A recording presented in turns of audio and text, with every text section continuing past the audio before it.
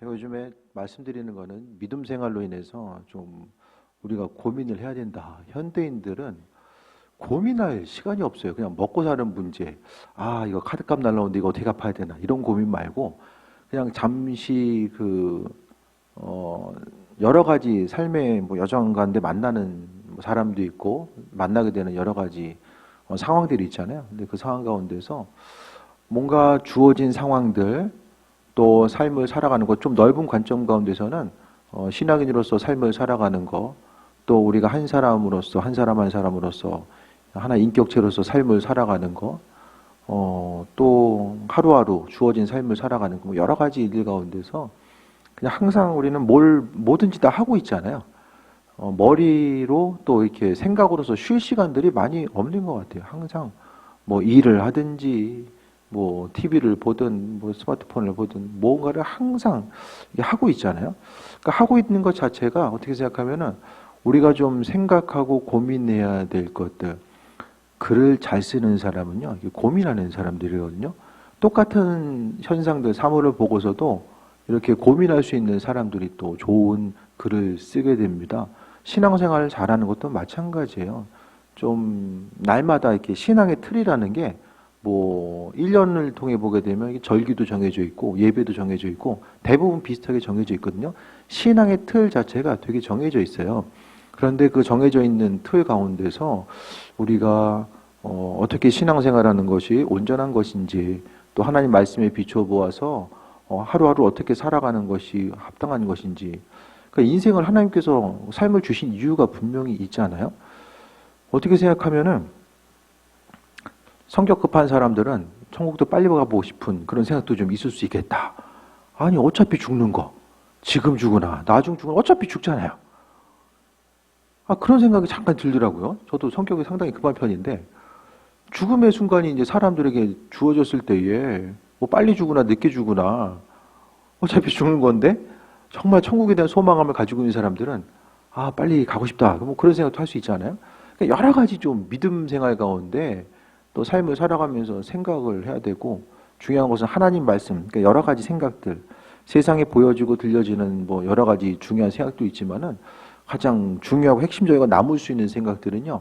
하나님 말씀 가운데 나 자신을 비춰보고 우리의 삶의 방향성을 어떻게 두고 살아갈 것인가 그런 것에 대해서 좀 그러니까 믿음 생활을 어떻게 하면 잘할 수 있을까 또 하나님 보시기에 합한 자로서의 삶을 어떻게 살 수 있을까 그런 고민들이 분명하게 있어져야 됩니다. 그래서 고민 없이 신앙생활하면요 상당히 위험해져요. 상당히. 그러니까 어떤 뭐 중요한 것과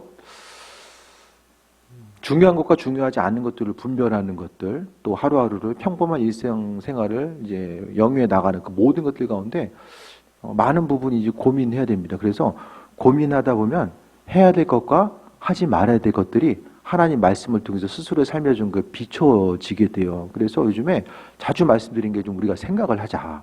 고민을 하고 생각을 하자는 거예요. 그러니까 보여지고 들려지는 것들, 또 믿지 않은 사람들이 고민하는 것과 믿는 사람들이 고민하는 것이 똑같은 고민이 아니라 우리 신앙인들은요, 보이지 않는 것들을 바라보면서 고민해야 될 만한 그런 존재잖아요. 그러니까 보이는 것뿐만 아니라 보이지 않는 것들을 바라봐야 되니까 그만큼 더 생각의 폭을 넓혀야 돼요. 그 생각의 폭을 넓히지 않으면은 그 틀 가운데 갇혀가지고요, 맨날 고민하고 갈등하는 그것 때문에 고민하고 또 잡으려고 힘쓰는데 또 잡지 못해서 어려움 당하고 이런 상황들이 계속해서 반복될 수밖에 없습니다. 믿음 생활함에 있어서 하나님께서 우리의 삶의 여정 가운데 강조하신 부분들이 뭘까? 신앙인으로서 우리가 하루하루 살아감에 있어서 우린 지금 일상생활의 삶과 믿음 생활이 이게 나눠진 게 아니잖아요. 이게 하나로서 지금 삶을 살아가고 있는데 그러니까 우리에게 주어진 하루하루의 삶을 어떻게 하면 또 주님 보시기에 합한 삶을 살아가고 있는 것인지에 대해서 고민하지 않으면 그냥 시간 헛되이 흘러가고 또 보다 의미 있고 목적 있는 삶보다는 그냥 하루하루 살아가는 거, 시간이 그냥 훅 이제 이렇게 지나가는 거 그것밖에 되지 않는 것이 아닐까라 생각을 좀 하게 됩니다. 고민하는 것 다른 것보다도 오늘 오늘 본문의 내용은 교회 안에서의 성도와의 관계성, 서로서로를 향한 관계성을 이야기하는데요. 그 이전에 봐야 될 거는요. 12장 1절, 2절을 좀 볼게요. 우리가 잘 아는 구절이죠. 그러므로 형제들아, 내가 하나님의 모든 자비하심으로 너희를 권하노니 너희 몸을 하나님이 기뻐하시는 거룩한 산 제물로 드리라. 이는 너희가 드릴 영적 예배니라. 우리의 삶은요, 수요일날도 말씀드렸던 것처럼 예배랑 일상 우리의 삶의 모습이 나눠져 있는 게 아니라요. 예배가 삶이고 또 삶이 예배가 되어야 된다는 것을 전제 조건으로 이야기합니다. 기독교 신앙의 출발점은요. 예배 시간이 따로 나누어져 있고 또 일상생활을 영위하는 것. 표면적으로는 나눠지는 것처럼 보여도 신앙생활 한다라는 그건요. 주인이 바뀐 것이고 예수님께서 내 주인 되셔서 내 삶을 이끌어 가시는 것에 대한 그 기대함과 소망함을 가지고 살아가는 거야. 그러면 일상생활이 예배가 되기 위해서는 얼마나 고민해야 될 것들이 많고 스스로 준비하고 절제해야 될 부분들이 얼마나 많을까요? 그러니까 교회 내에서의 삶의 모습만을 우리가 신앙생활로 규정하게 되면 얼마나 짧아요. 우리가 평생을 통해서 교회에 머물 수 있는 시간들이 얼마나 짧습니까? 그러니까 성경에서 오늘 사도 바울이 이야기하는 건요. 우리의 몸을 하나님이 기뻐하시는 산 제물로 드리라. 우리의 몸과 영적 예배가 연결되는 거, 하나로서 연결되어야 된다는 거예요. 그래서 직장에서 일을 하든 또 가정에 있든 무엇을 하든지 간에 우리의 삶은 예배자로서 서야 되고요. 예배자로서 섬에 있어서 성경에 가장 중요하게 생각하는 것은 다른 것이 아니라 거룩한 산 제물입니다. 거룩함. 우리가 좀 더 아주 간단하게 말씀드리면 믿음 생활을 한다라는 건요. 거룩하지 못한 것과의 싸움을 계속해서 해 나가야 되는 과정인 거예요. 우리가 숨쉬고 살아있는 그 공간 가운데서 각각에 속해 있는 그 공간 가운데서 우리 한 사람 한 사람이 싸워야 될 것은 세상 풍조 가운데 거룩하지 않은 것들과 싸워 나가야 되는 이런 과정들이 날마다 계속되어야 되는 거죠. 그래서 삶의 중간에 주님이 원치 않는 것들은 버리고자 하고 주님 기뻐하시는 것들은 믿음의 원칙 따라서 움직이고자 또 행하고자 하는 거예요. 이 세상 가운데 점점 더 교회는 세속화되죠. 특히 이제 한국 교회가 점점 더 세속화됩니다. 성경에서 말하는 교회가 지금 우리 교회인지 우리가 그 부분들을 정말로 인식하면서 살아가기가 힘들죠. 그러니까 세속화라는 것은 뭐냐면 주님과는 상관없는 것들로 채워져 있는 것들, 또 하나님의 도우심과 인도하심과는 전혀 상관없는 것들이 우리의 삶을 침투한 거죠. 그것이 바로 구약에서도 보게 되면 우상 숭배가 바로 세속화가 신앙 공동체 가운데 침투했었던 대표적인 것이 이제 그런 예가 됩니다. 그래서 교회 공동체를 통해서 보게 되면 제가 평신도들의 삶은 잘 몰라요. 제가 사회생활 하는 것도 아니고 그 안에서 부딪혀서 평신도를 다양하게 만날 수 있는 것도 아니고 교회 공동체 아니면 바깥에서 다른 평신도들 만날 일이 별로 없잖아요. 거의 없잖아요. 근데 어쨌든 목사님들과의 이 관계성 가운데서 이야기하다 보면 이 세속화가 점점 더 한국 교회를 집어삼키고 있고 또 교회 가운데서 이제 그 어떤 거룩함과는 상관없는 것들이 교회 공동체 가운데 계속해서 스며들게 되고 본질과는 상관없는 것들이 이제 나오게 되는 거죠.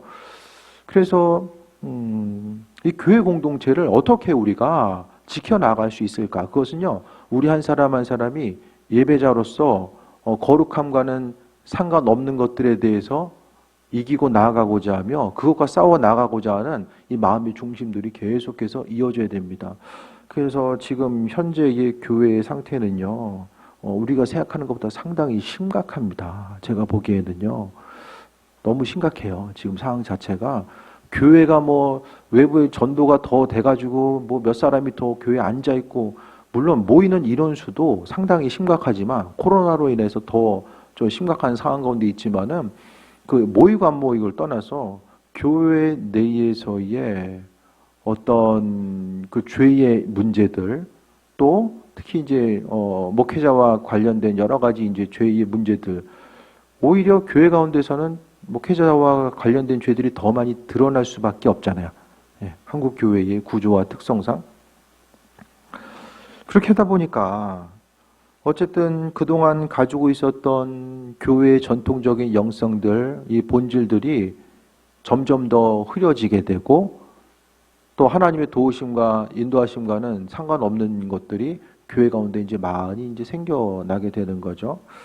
그래서 우리가 해야 될 것은 싸워 나가는 거예요. 본질이 아닌 것들이 무엇인지를 알고요. 성경 말씀 가운데 비춰보아서 이게 본질이 아니다라는 것을 기억하고, 그것과 이제 거룩하지 않은 것과의 싸움을 우리는 날마다 삶의 여정 가운데 해야만 합니다.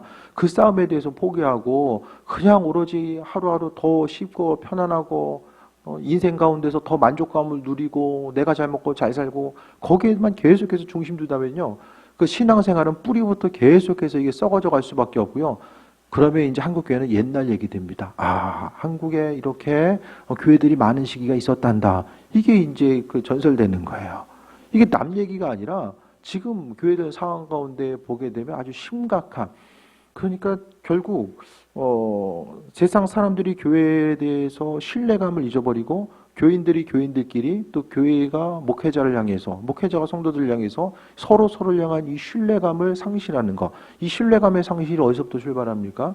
주님과는 상관이 없는 이 세속화. 세속화의 중심은 돈에 있어요. 돈 때문에 다 이제 교회도 세속화되고 각각의 삶의 자리도 다 세속화됩니다. 돈이라는 그 무기 앞에서 그 어떠한 진리와 말씀과 능력도 다 무력화되는 이 세상을 우리가 지금 살아가고 있는 거예요. 교회 가운데서 점점 더 이제 우리가 생각해 봐야 될 것은 하나님 기뻐하시는 것. 2절 보면 너희는 이 세대를 본받지 말고 오직 마음을 새롭게 함으로 변화받아 하나님의 선하시고 기뻐하시고 온전하신 뜻이 무엇인지 분별하도록 하라. 어떤 것을 결정했을 때에 이 세대를 본받지 말라고 해요. 하나님이 우리 한 사람 한 사람을 예배자로 불러주셨고요, 이 세대를 본받지 말래요. 그럼 우리는 믿지 않는 세대와 우리를 생각했을 때에 무엇으로 우리가 구별됩니까? 하나님의 백성으로서의 삶을 산다고 하는데 우리가 무엇으로 인해서 구별이 되죠? 지금 밖에 나가면 신앙인과 비신앙인 여러 사람 얘기할 필요도 없이 여기 모인 우리들이 나는 믿지 않는 사람에 비해서 이게 달라. 그러니까 교회에 출석하고 교회에 정기적으로 출석하고 교회 내부에서 이루어진 어떤 것들에 대해서 참여하고 헌신하는 것 외에 교회 밖에서의 삶을 살아감에 있어서 우리가 무엇으로 인해서 구별이 됩니까? 변화를 받아 분별하는 것. 이 세대를 본받지 말고 변화받아서 하나님의 뜻을 분별하라고 하잖아요. 분별하니까 하나님의 뜻을 분별한다는 것을 우리가 분별하는 삶을 살고 있다는 것을 전제 조건으로 이야기하게 되잖아요. 그럼 나 자신은 세상과 비교해서, 믿지 않는 사람과 비교해서 나 자신이 하나님의 백성으로서 다른 점이 뭐가 있을까?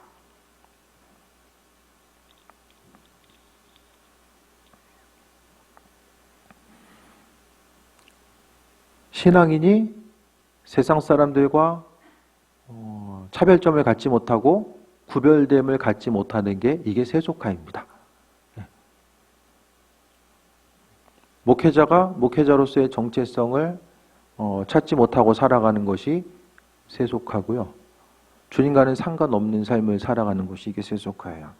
하나님 뜻 가운데 우리를, 그러니까 다른 어떤 것보다도 무엇을 선택하고자 했을 때에 다 순간순간 선택하고자 했을 때에 이 세대를 본받는 것, 세상이 옳고 세상이 따라가는 그것을 향해서 그냥 따라가는 것이 아니라 우리 신앙인들은 하나님의 관점을 통해서 세상을 바라보고자 하고 또 그것을 통해서 한 발짝 더 움직이고자 하는 이런 모습들, 구별되고자 하는 모습들이 무엇인지에 대해서 우리가 날마다 또 돌아보고 또 스스로를 생각해 봐야 되는 그 중심 자체에 대해서 말씀하고 있습니다.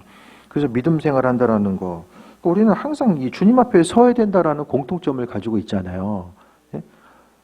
지난주보다는 이번 주가 1년이 빨리 지나가고 5년, 10년이 점점 더 주님과의 관계성이 만날 시간들은 점점 당겨지고 있는 거죠. 이 당겨지고 있는 시간 가운데서 우리가 주님 앞에 나아갔을 때에 구별됨, 하나님께서 정말 우리에게 신앙인들에게 가장 요구하시는 것, 신구약을 통해서 다 봤을 때에 하나님이 우리에게 요구하신 것은 거룩함과 구별됨입니다. 예. 다른 어떤 일을 잘했느냐 못했느냐 그것보다 더 중요한 게요. 얼마나 세상 가운데서 구별된 삶을 살고자 했는가 그게 가장 중요하거든요. 그러니까 말씀대로 살아가는 것 자체가 구별됨이고 이 말씀대로 순종함 자체를 하나님께서 왜 요구하셨죠? 제사법이나 관계법 가운데서 하나님 율법을 왜 주셨죠? 하나님께서 정해놓으신 테두리가 여기이기 때문에 이걸 넘어가면 안 된다라는 사실. 그러니까 하나님 말씀은 기준이죠. 우리가 믿지 않는 사람인가 믿는 사람인가의 기준을 하나님 말씀을 통해서 우리에게 주신 거예요. 그 기준 때문에 우리는 하나님의 선하신 뜻을 분별할 수 있고요. 그 인도하심 가운데 삶을 살아갈 수 있다는 것에 대해서 말씀드립니다. 이번 주에도 어제도 좀 생각할 일들이 좀 있었어요. 예. 점점 더 이제 뭐 다른 것보다도 은퇴하신 분들이 이제 점점 뭐 우리 지방에도 생기는데 이게 참 은퇴하시는 모습을 볼 때마다 참 존경스러운 모습보다는 뭐 구체적으로 말씀드리긴 어렵지만 좀 안타깝다. 참 평생 열심히 목회하셨을 텐데 정말 안타깝다. 이런 생각들이 계속 들더라고요. 그러면서 뭐 여러 가지 할 말도 많고 참 그렇지만은 어제 이제 기도하면서 내린 결론은 나도 저 나이 돼가지고 은퇴할 때쯤 돼서 그때 가서 나도 얘기해야지 뭐 젊을 때야 뭐 이해할 수 있겠습니까? 뭐 똑같은 입장 돼봐서 뭐 안 그러면은 그때 가서나 뭐 이랬다 저랬다 옳고 그름을 얘기할 수 있는 거죠. 그러니까 다들 보면 어쨌든 이런 모습들을 보면서 교회의 거룩함 자체, 구별됨이 다 깨져나가고 있는 이 시대, 이 정말로 어려운 시기 가운데서 우리 교회를 떠나서 나는 어떻게 신앙생활을 해야 되는가, 어떤 교회 공동체에 속해 있고 무슨 말씀을 전해야 되고 그 안에서 우리가 어떠한 삶을 어떻게 살아갈 것인가, 그런 부분에 대해서 우리가 정말 고민하지 않으면 그냥 종교생활, 그리고 수요일날 말씀드렸던 것처럼 힐링캠프, 한 주간 힘들었기 때문에 교회에 와서 말씀 듣고 힘내고 또 한 주간 나가서 이제 또 열심히 살고 또 시간 됐으니까 캠프 가야 되니까 또 열심히 캠프 나와서 이제 또 말씀 듣고 기도하고, 요거 이제 계속해서 반복되다 보면 신앙인들이 이 시대에 세상 가운데 전혀 어떤 선한 영향력 자체, 그러니까 내가 믿음으로 인해서 주변이 밝아지거나 하나님의 말씀과 인도하심이 나타나는 데 있어서 전혀 아무런 영향력도 나타낼 수밖에 없는 그런 안타까운 상황들이 있을 수밖에 없다는 거죠. 교회 가운데서 가장 주님이 원하시는 것은 거룩함과 구별됨, 하나님의 백성으로서의 삶을 사는 것 자체를 계속해서 고민해야 됩니다. 말씀대로 살려면요, 힘들고 어려운 것, 또 때로는 환난과 핍박이 있다라는 사실에 대해서 예수님도 다 아셨어요. 아셨지만 그래도 우리에게 그 한 사람, 이 땅 가운데 세상이 정해놓은, 세상 권세가 정해놓은 그 법 가운데서 그래도 몇 사람쯤은 하나님의 뜻에 맞춰서 삶을 살아가고자 하는 한 사람 한 사람에 대해서 원하시는 거죠. 우리의 마음과 생각은 어떻습니까? 처음에 주님을 믿고 알았었던 그 신앙의 정체성과 또 하나님 말씀이면은 정말 내가 열심을 다해서 따라 나아가겠다라고 하는 것, 주님 말씀이 아닌 것들에 대해서 내가 단호하게 포기하고자 하는 그런 믿음의 열정 자체가 또 우리의 심령 가운데 여전히 자리 잡고 있는가, 그런 부분들을 돌아봐야 되는 거죠. 그래서 어쨌든 평생 교회를 지켜왔던 분들이 목회자든 평신도든 시간이 가면 갈수록 하나님의 말씀 간에 더 세워져서 나아가기보단 그냥 시간이 흐름 따라서 몸도 약해지고 마음도 약해지고, 마음이 약해지다 보니까 어떤 신앙의 기준과 정체성 자체가 이게 점점 더 무뎌져 가는 이 시대. 그러니까 세상에서의 공격과 신앙인으로서 이 세대를 살아가는 것 자체가 그만큼 더 힘들고 어려운 시기를 살아가고 있다는 것을 이야기하죠. 우리뿐만 아니라 우리가 이제 다음 세대로 가면 갈수록 더 그럴 거예요. 시대에 온전히 이제 살아있는 말씀, 깨어있는 말씀 자체를 듣는 것이 이제 더욱더 힘들고 어려울 수밖에 없어요. 교회 공동체 가운데서요, 하나님의 살아계신 그 말씀과 인도하심을 깨어있는 말씀은요, 어쨌든 간에 목회자도 삶을 통해서 좀 고민한 흔적들이, 뭐 저도 잘은 못하지만, 이 하나님 말씀이 삶을 통해서 고민한 흔적들이 좀 흘러나와야 됩니다. 그게 아니면은 되게 말씀이 건조해지잖아요.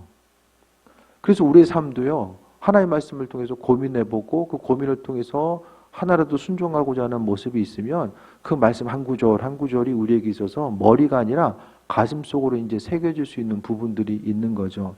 이제 점점요, 이제 강단에서 어떤 세상적인 지식은 상당히 풍성해졌어요. 접할 수 있는 지식들, 또 말씀을 풀어낼 수 있는 그 지적인 면들은 상당히 이전과는 비교할 수 없을 정도로 되게 풍성해졌어요. 그런데 이제 강단 가운데서 우리가 돌아봐야 될 것은 여러 가지 그런 거룩함의 문제를 가지고 지금 교회마다 얼마나 고민하고 있는가. 교회 가운데서 들었던 예전에 익숙했던 메시지들, 말씀대로 순종하고 살아가는 것, 성경에서 교회에서 이제 고난받는 것, 날마다 제 십자가를 지고 나를 따라가는 이 주님의 말씀, 십자가가 이제 교회 가운데서 얼마나 어색한 단어가 되었습니까? 천국과 지옥을 이야기하고 하나님 얘기를, 하나님 나라를 바라보는 것들이 얼마나 어색한 얘기가 되었어요. 지금 그렇잖아요. 우리의 심령 가운데서 이게 어색한 얘기가 되지 않기 위해서는 뿌리부터 이제 잊지 말아야 되는데, 제가 그래서 말씀드린 게 주인이 누구인지, 제 핵심적인 것들은 제가 이 어려운 시기를 살아감에 있어서 뭐 주일날도 비슷한 말씀 계속 드리잖아요. 주인이 누구인지를 잊지 말자는 거예요. 우리가 어려움이 있어도요, 그 어려움을 이겨나갈 수 있는 것은 주인 때문에 이겨나갈 수 있는 거고요. 내 삶의 주인이 내가 아니라 하나님 되심 때문에 우리가 환난과 어려움을 이겨나갈 수 있는 중요한 그 근거와 계기가 되는 거죠. 그래서 이 시대 가운데서 거룩함을 가지고 세상 가운데 구별된 온전한 그 마음의 생각과 중심을 가지고 하나님께 나와서 이 교회는요, 하나님의 백성들이 하나님의 살아계심을 경험할 수 있는 곳이 바로 교회여야만 합니다. 교회에서 만약에 다툼과 분쟁이 있으면요, 교회에서도 다투면은 밖에 나가서 이 성경대로 빛과 소금의 역할을 감당하며 사는 것이 이거 불가능하거든요. 전 불가능하다고 봐요. 교회 안에서는요, 그 하나님의 사랑과 인도하심을 경험하고 나아가야 되는 아주 중요한 모습이 있어져야 됩니다. 그래서 거룩함을 입고 하나님의 말씀대로 고민하고 또 쓰임받고자 하는 이들이 모인 곳이 교회고요. 교회 내에서는 서로 돌아보면서 힘과 능력을, 그러니까 세상 가운데 힘드니까 교회 가운데서는 하나님의 사랑과 위로와 평안을 주고받으면서 나아가서 그래도 세임 얻어서 하나님의 백성으로서의 거룩한 삶, 거룩한 것이 어떤 뭐 거창하고 존귀한 것이 아니라, 어떤 힘들고 어려운 것이 아니라 그냥 예수님 때문에 조금 더 포기하고자 하는 것, 조금이라도 좀 손해를 감내하고자 하는 것들, 내가 누릴 수 있는 것들을 조금 더 포기하고자 하는 그런 부분들부터 이제 시작을 해 나가는 거죠. 3절 봅니다. 내게 주신 은혜로 말미암아 너희 각 사람에게 말하노니 마땅히 생각할 그 이상의 생각 품지 말고. 이 교만이에요, 교만. 교만한 생각, 죄된 생각 품지 말라고 이야기합니다. 그래서 하나님께서 각 사람에게 나눠주신 믿음의 분량대로 지혜롭게 생각하라. 성경에서 말하는 지혜는요, 하나님 자신, 하나님 말씀이 지혜거든요. 그러니까 우리에게 하나님의 지혜가 필요한 이유가 무엇입니까? 지혜가 필요한 건요, 하나님 뜻대로 살아가기 위해서 지혜가 필요해요. 하나님의 지혜는요, 그분이 원하시고 바라시는 것이 무엇인지 깨달아 아는 것. 아는 것은 그분의 생각이 내 인생 가운데 왜 중요합니까? 순종하고 적용하기 위해서 그분의 생각이 내 삶에 중요하거든요. 그래서 믿음의 분량대로 지혜롭게 생각하라.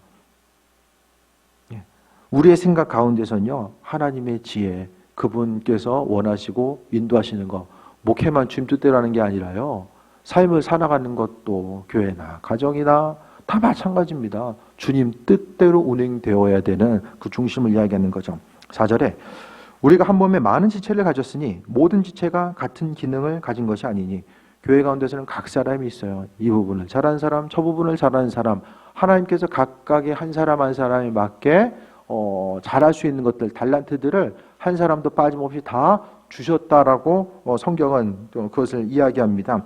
그래서 한 몸에 많은 지체, 교회는요, 몸의 지체들이 분명하게 존재하고 있는데 한 몸에 존재한다라는 거예요. 그래서 5절에 보면 이와 같이 우리 많은 사람이 그리스도 안에서 한 몸이 되어서 서로 지체가 되었느니라.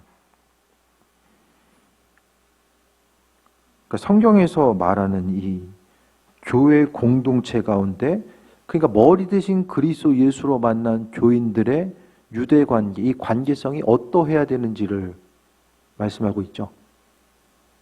주님이 생각하기에, 주님이 말씀하시는 교회에서의 성도들과의 관계성은 한 몸이라는 거예요. 한 몸. 아니, 한 몸이다라는 그것보다 더 이 밀접한 관계성을 표현해 줄 수 있는 단어가 어디 있어요? 몸이 지체의 한 몸. 어디 아프면 그거 한쪽만 아픔을 느낍니까? 온몸이 다 아픔을 느낄 수밖에 없잖아요. 그래서 우리가 교인들 서로서로를 대했을 때에 정말 지체로서 대하고 있는가? 어떻습니까? 우리는 지체입니까? 교회에 있어서? 한 몸 한 몸이 지체입니까?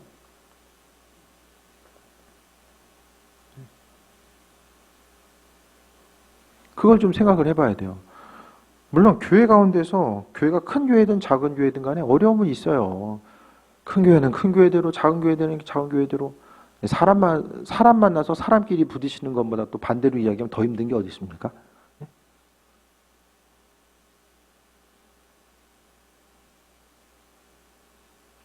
아는 목사님 만나고 갔는데 다 이 게시판에 3년이 딱 붙어 있는 거예요. 3년. 3년이 뭔지 아세요? 3년만 버티자. 부임해 왔는데 목회가 많이 힘들었나 봐요. 사람들 때문에. 교인들과 관계성 많이 힘들었나 봐요. 그래도 3년 이상 버티고 계세요. 3년만 버티고 이제 가자. 이제 그 생각 가지고. 그 얘기 듣는데 참 마음이 좀 안타깝더라고요. 참 이게 얼마나 어려웠길래 이게 3년만 버티자. 이제 그런 생각. 지금의 이제 어쨌든 이제 뭐 웃으면서 얘기할 수 있는 상황이 그래 됐으니까. 근데 보니까 그래도 많은 부분을 또 내려놓고 포기할 수밖에 없는 상황들, 그런 부분들이 좀 비춰지더라고요. 그래서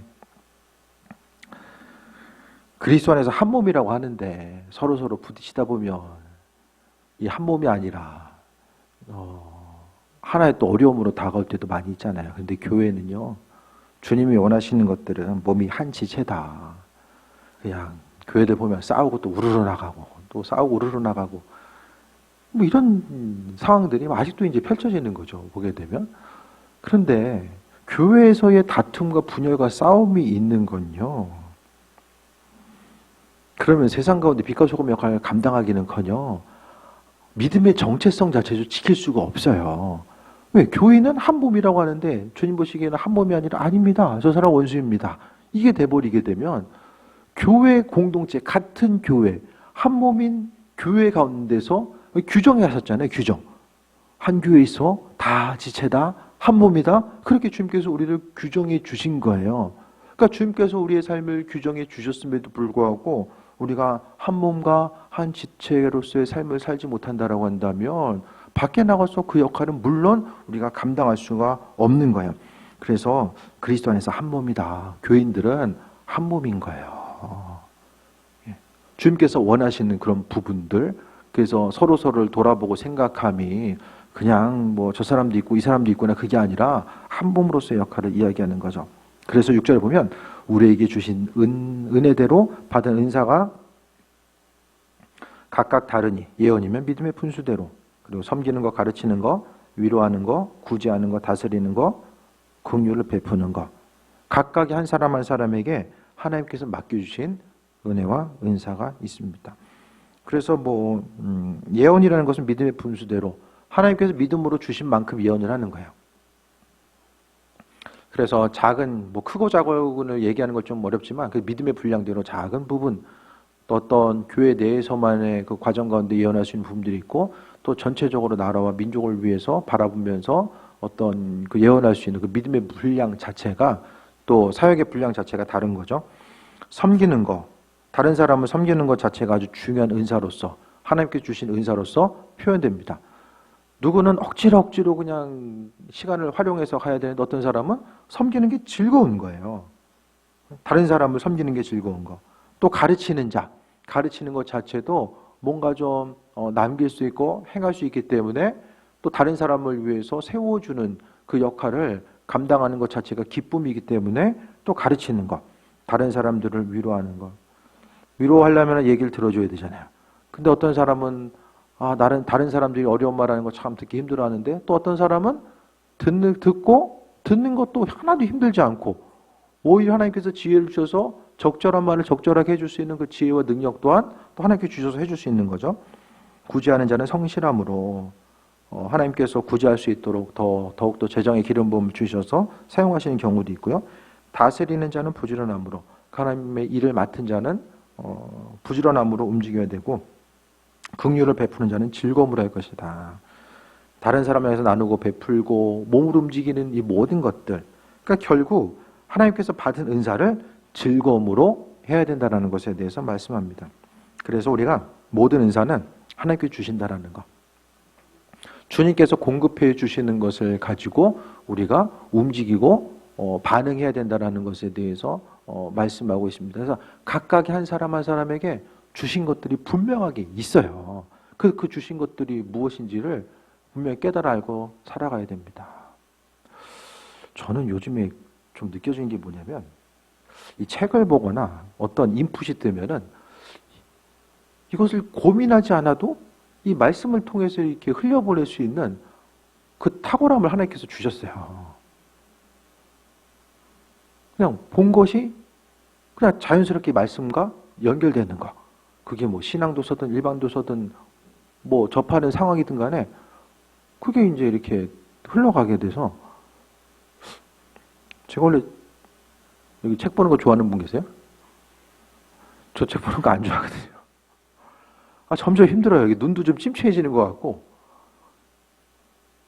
네, 책 보는 거, 저도 이렇게 좀 활동적인 부분, 그러니까 겉으로는 좀 이렇게 앉아있는 거 좋아하는 것 같아도, 삶에 이렇게 좀 깊은 곳을 터치해보면 좀 활동적인 걸 제가 좀 더 좋아하는 부분이 있거든요. 그래서 앉아서 책 보는 거 별로 안 좋아하는데, 그래도 목사가 책 보는 거 포기하면 뭐 어쩔 수 없잖아요. 안 읽을 수 없잖아요. 그래서 저도 뭐 이제 최대한 사명 따라 요즘 더 책을 좀 더 가까이 하려고 좀 힘쓰고 있는데요. 그러니까 각자에게도 마찬가지예요. 하기 싫지만 안 좋아하는데 왠지 잘하는 게 있을 수 있어요. 그런 것들도 뭐 나도 좋아하고 내가 더 잘할 수 있으면 참 좋은 은사인데, 나는 별로 안 좋아하는데 의외로 좀 이렇게 해보니까 잘하는 부분들이 또 있을 수 있거든요.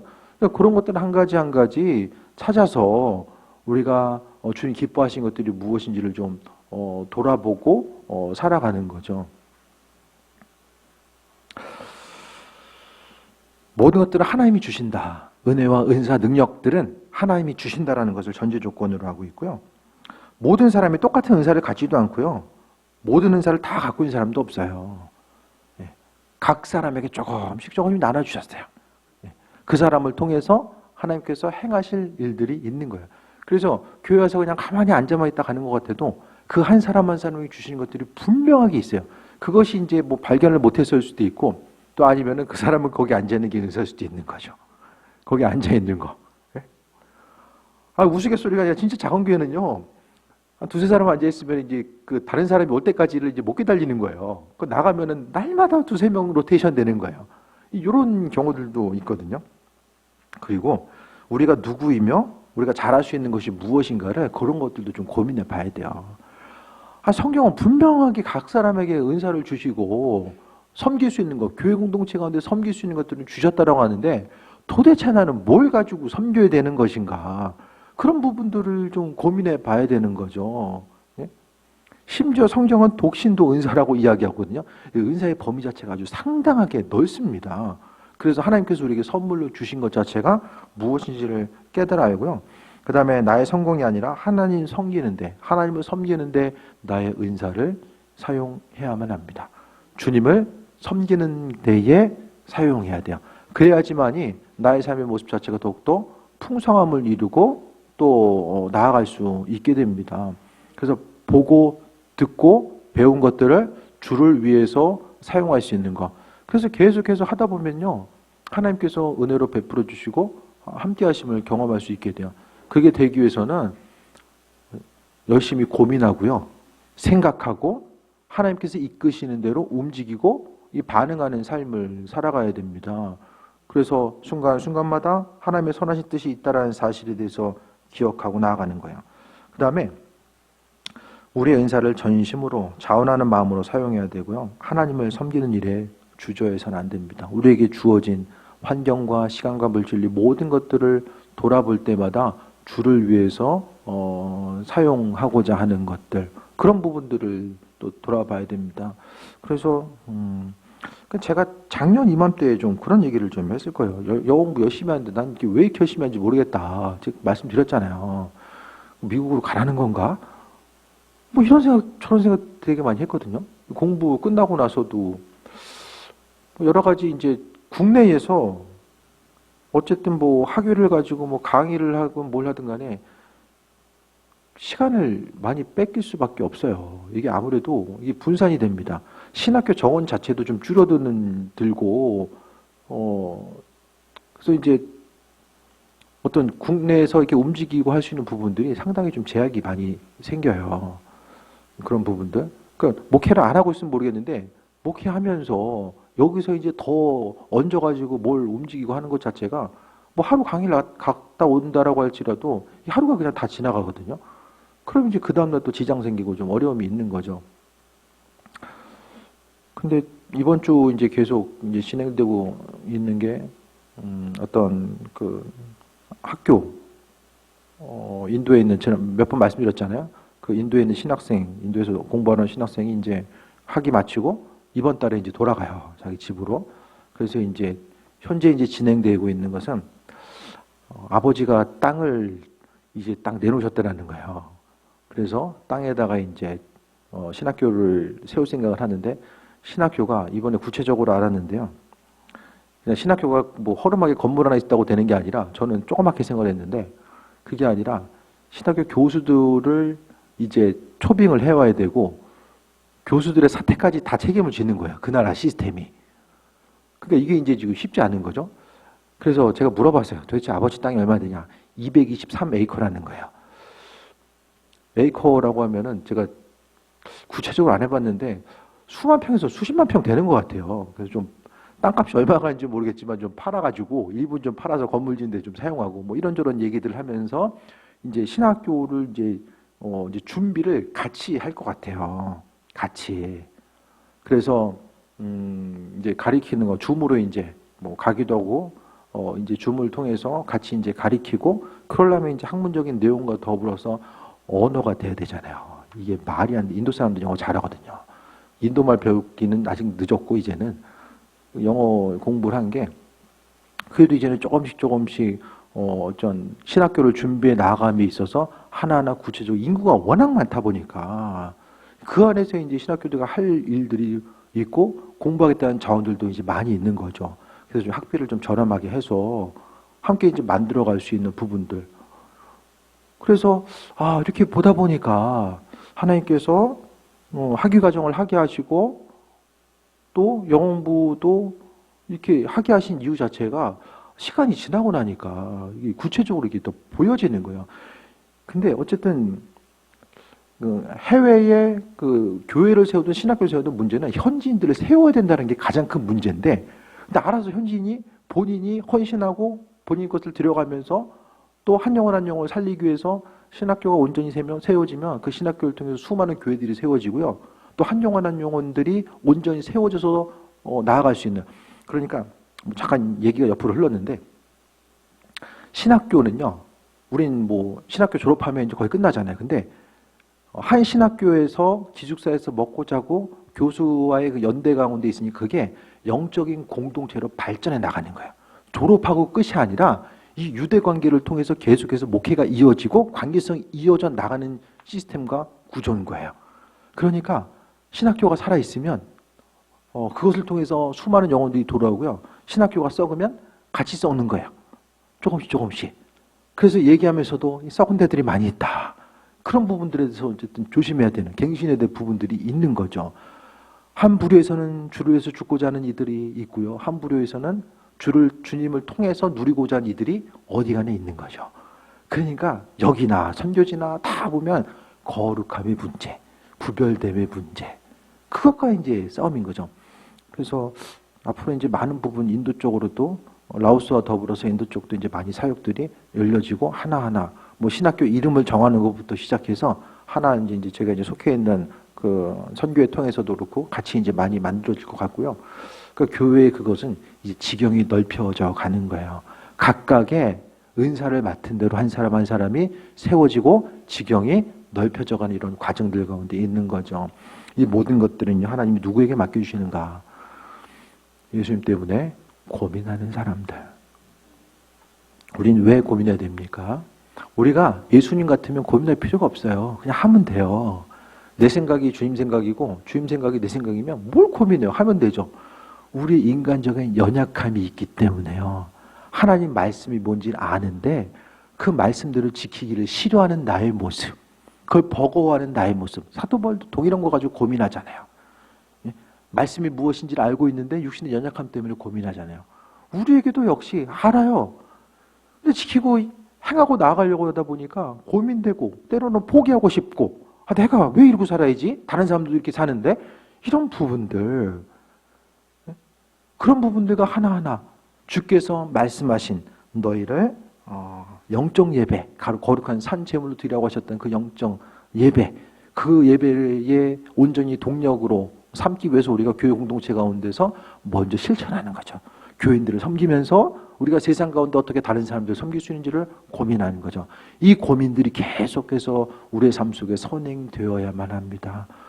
고민 없이 신앙생활하면요, 그냥 종교인의 신앙인이 아니라 그냥 종교생활하는 그냥 기독교인, 교인으로서의 삶을 살아가는데 하나님의 자녀와는 상관없는 삶을 살아가는 거예요. 그래서 다시 한번 말씀드립니다. 지금 이 시대에 교회들이 어떤 세속화의 바람과 이 풍랑 앞에 정말로 이 흔들리는 터전 가운데 있고요. 뭐 다른 교회 세부적으로 제가 들어가 보지 않아서 모르지만 보여지는 부분만 생각했을 때 보이는 게 다는 아니겠지만은 정말 위태함 가운데 우리가 살아가고 있고, 이 교회 공동체로서의 삶을 살아간다라는 거, 이 신앙인으로서 삶을 살아간다라는 것이요, 정말 점검하고 고민하지 않으면요, 우리가